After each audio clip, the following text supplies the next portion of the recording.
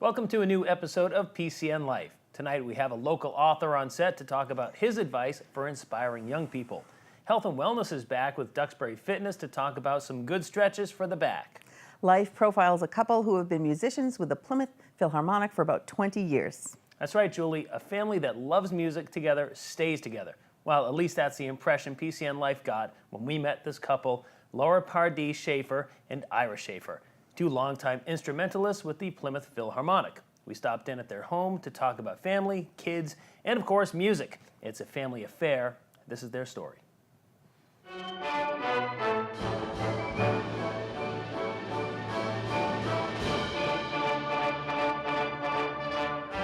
I've been with the Plymouth Philharmonic since about 1999. Yeah. And I'm about a year later, 2000. Yeah. So about 17 years. Is that right? I got to do the math.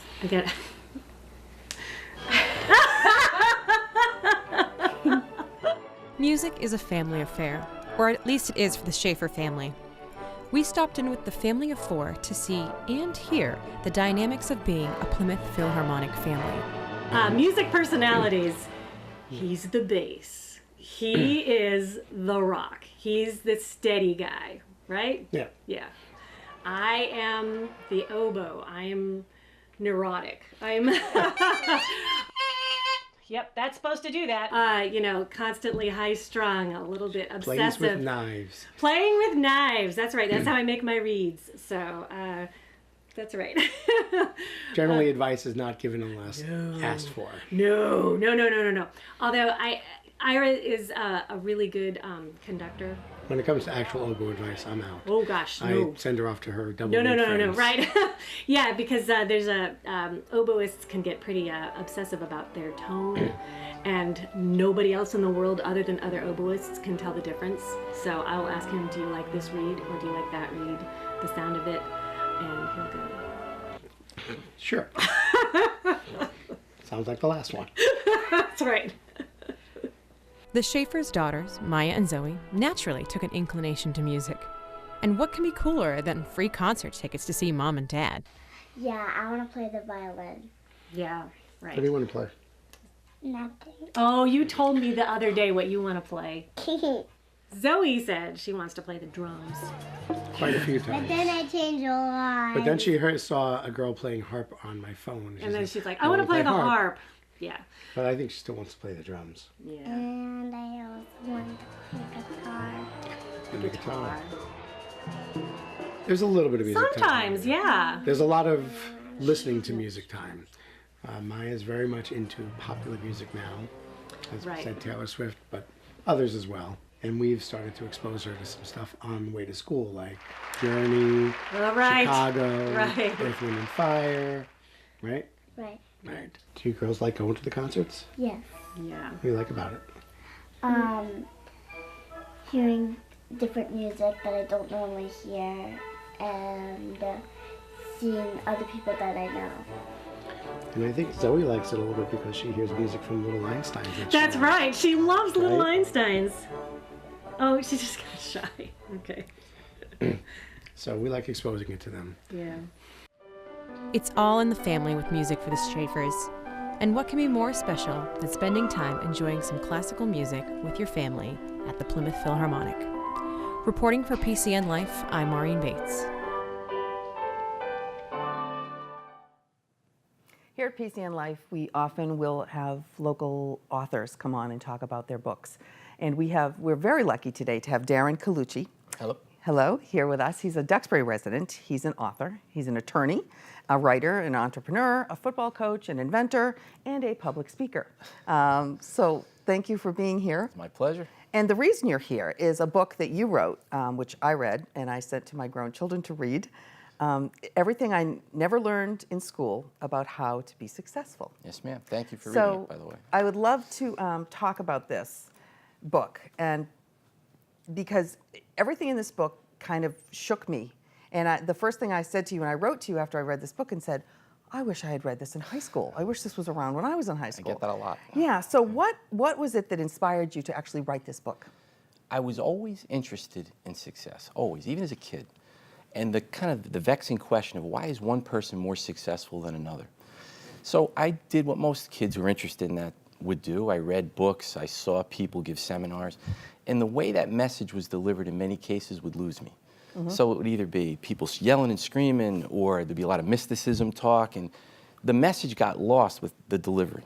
Okay. So I thought to myself, once I cracked the code and figured it out myself, I want to write a book for people that's like a blueprint, that's just straightforward, no frills. This is how you do it, kind of like a game plan if you're a coach. So that was my why. That's why I wanted to write this book, and I wanted to help people get to that next level, because I lived the life of, I'm lost, I don't know what I want to do, I don't like what I'm doing, I have no money, I can't pay my bills. Yeah. You know, it's stressful, it's a hard way to live. And once you've figured out that there's a better way, Yep. the whole world opens up for you. And instead of hoarding that information, I wanted to give it to as many people as I could, and as young as I could, so they Right. could enjoy life for a long time. Okay, so you said success. So how do you define success? Well, the first thing is, don't ever let anyone else define success for you. Okay. I think as a society, we make a huge mistake in that we say what success is. It's $1 billion, it's a boat, it's a helicopter. Right. That's not success. And what you're going to find, even if you achieve it, if you don't have other things in place, you're not going to be happy. So success is fulfillment and contentment with what you're doing. It's having a vision for what you want your life to be, and following that path, and here's a key, enjoying that process. Right. It's not the top of the mountain. And once you get there, you'll find it's not just the top of the mountain, it's the climb. Right. If you can enjoy that perseverance, that climb, you're going to enjoy every aspect of your life. And even more so, when you attain the success, it will mean more to you. Right. We talked before we went on the air today about kind of looking at the world a different way. After I read this book, I thought, wow, every single conversation I have or every single opportunity I see, I can actually look at this a couple different ways. I could look at it a way that leads me in a really cool direction, or I can look in a way that just says, I just looked at it and I didn't do anything with it. That makes me happy. Yeah. I'm glad. So now, an example in your book that I would love you to talk about just for a minute is, you're an attorney and you had a case which was very sad. Yep. If you'll talk about that and what happened during that case that led you to do something else, all by the way you looked at it and thought about it. I handled a case for a family whose child had walked out of the front door of a daycare center undetected. Okay. And that ended in tragedy. And in handling the case, the idea hit me, how is it that someone could just walk out, who's 2 years old, out the front door and no one detected? And the more I got into it, I found that this is a common problem for parents as well as for daycare centers. Sure. That if you're diverted in your attention for just a minute, tragedy can strike. Sure. So I thought, you know, they should have a product that's not something you have to put on the door. It's something that just is like a wristband.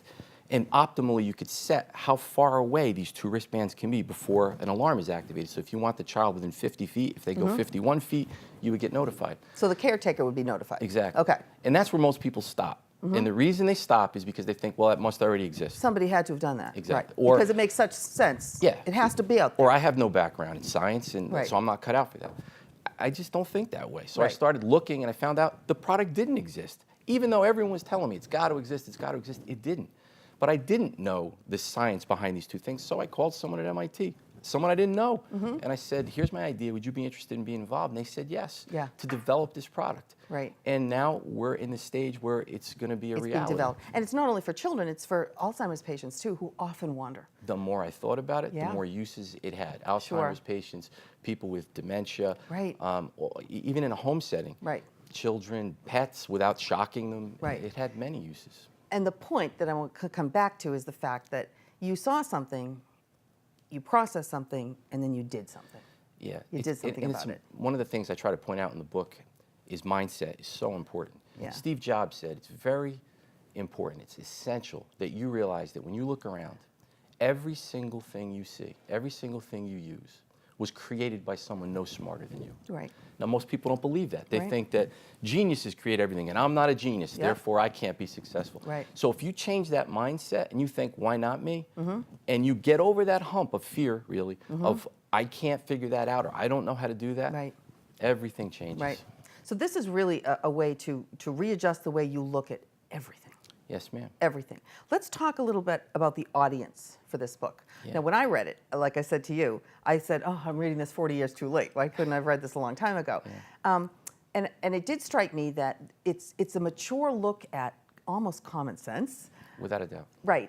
But would a first grader or a third grader or even a fifth grader be able to comprehend this What is your...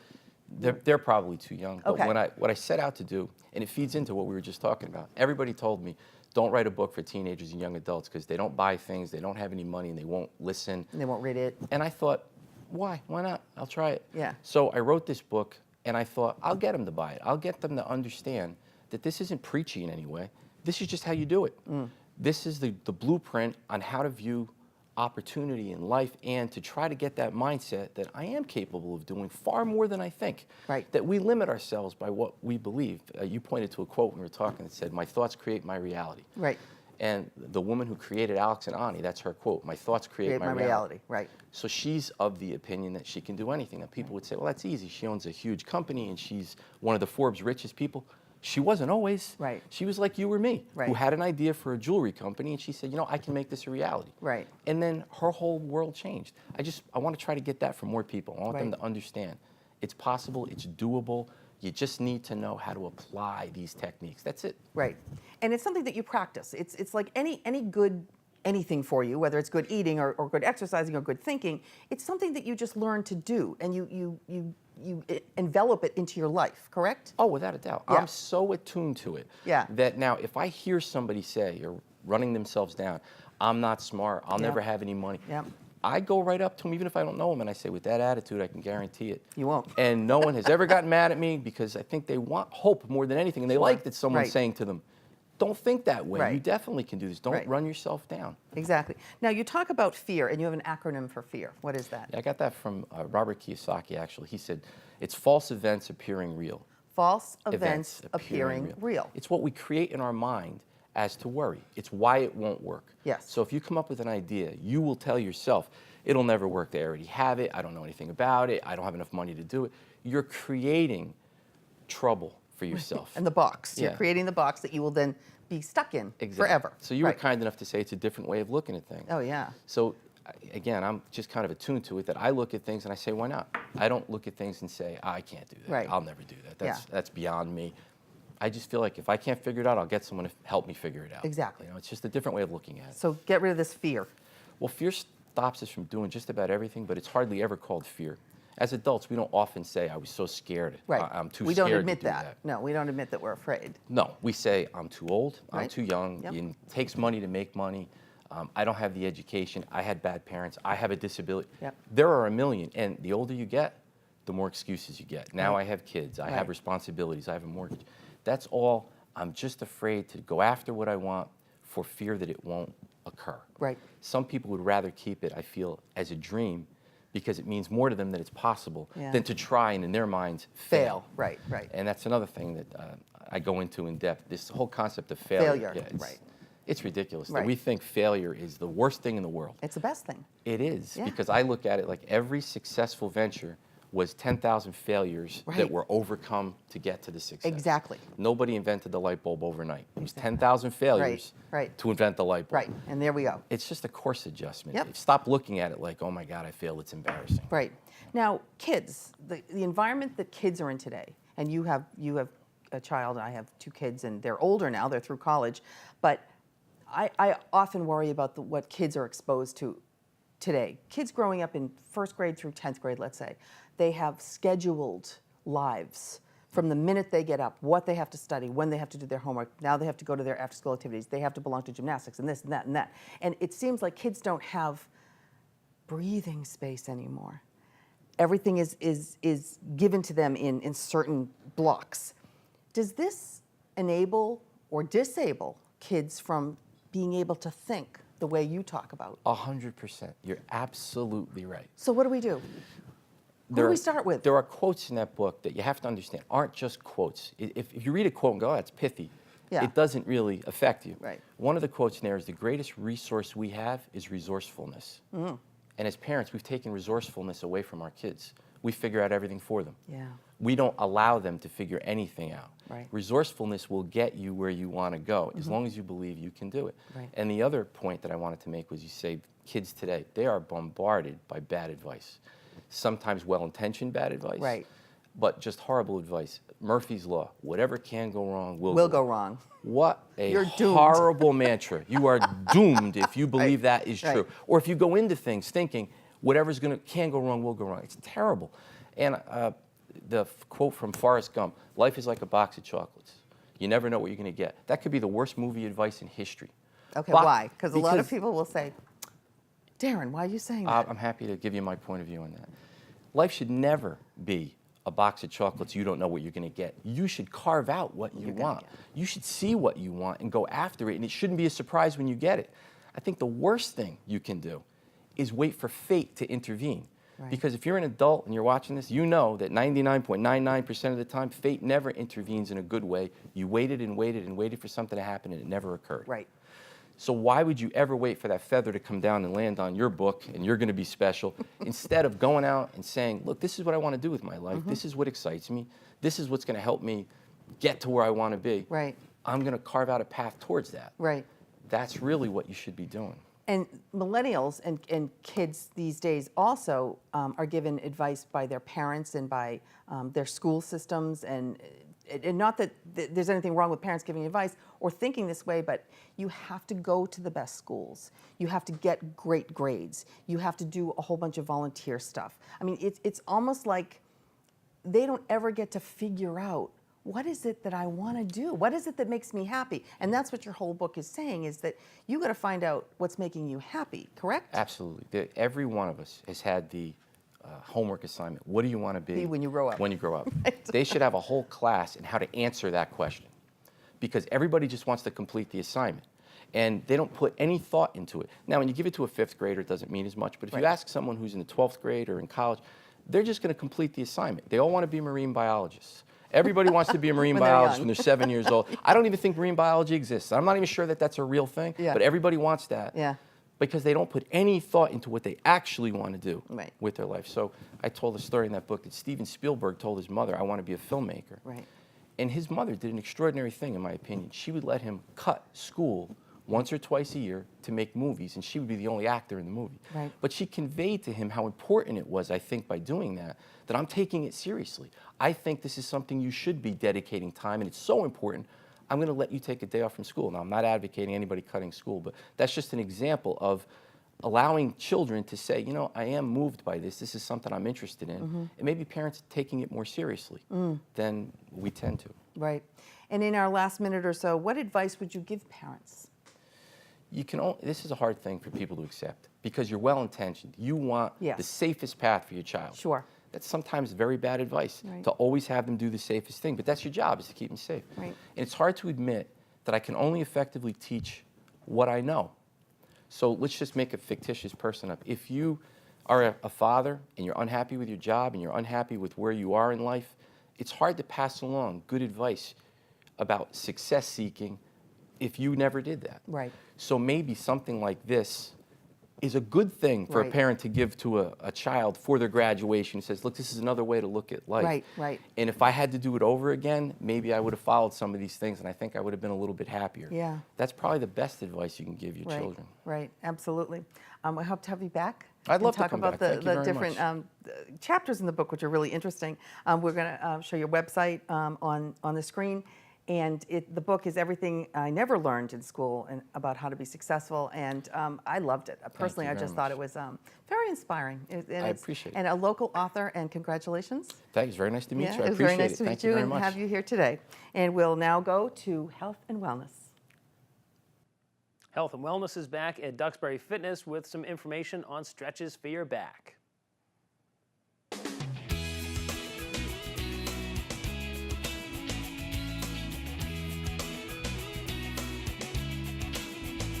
Hi, I'm Vicki Paquette with Duxbury Fitness and here for PCN's Health and Wellness.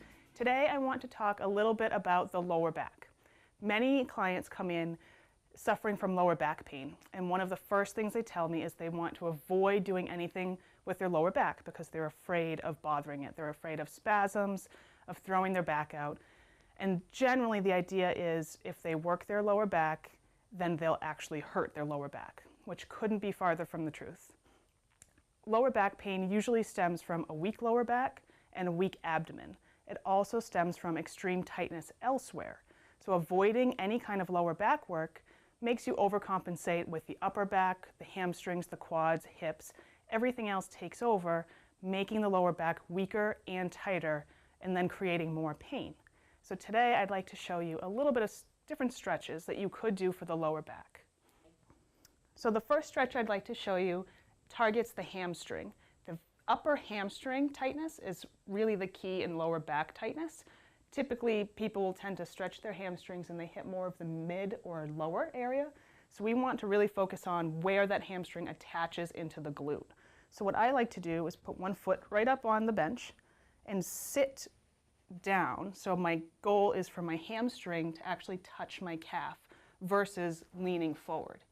So my right leg, I'm dropping my knee down like a lunge and holding the bench slightly to give myself a little more pressure, letting myself relax and breathing through it so I sink right down into that hamstring and calf press.